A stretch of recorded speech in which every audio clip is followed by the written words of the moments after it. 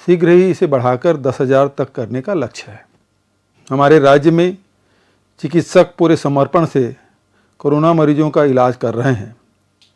इलाज के बाद अब तक बड़ी संख्या में मरीज स्वस्थ होकर अपने घर लौट चुके हैं।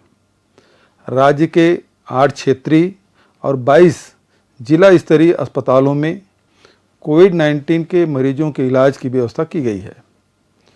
सभी कोविड अस्पतालों में mask, PPE kit, triple layer mask, VTM और जरूरी दवाइयों के पर्याप्त संख्या में इंतजाम सुनिश्चित किए गए हैं। मैंने अधिकारियों को ऑक्सीमीटर की उपलब्धता सुनिश्चित करने के बारे में भी निर्देशित किया है।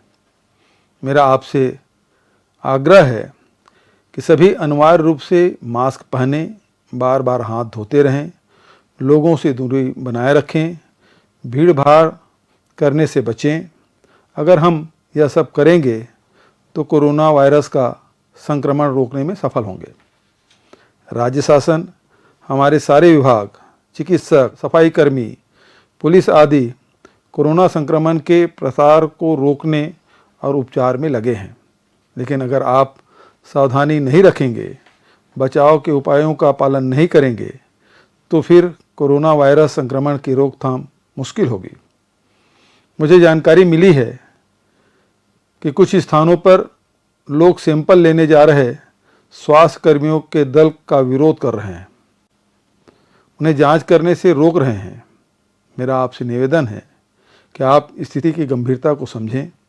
ये सब आपके और आपके परिवार के स्वास्थ्य की बेहतरी के लिए किया गया है। हमें स्वास्थ्य कर्मियों का सहयोग करना है। ईद और रक्षाबंधन के पर्व समीप आ रहे हैं। आप सबको इन पर्वों की शुभकामनाएं।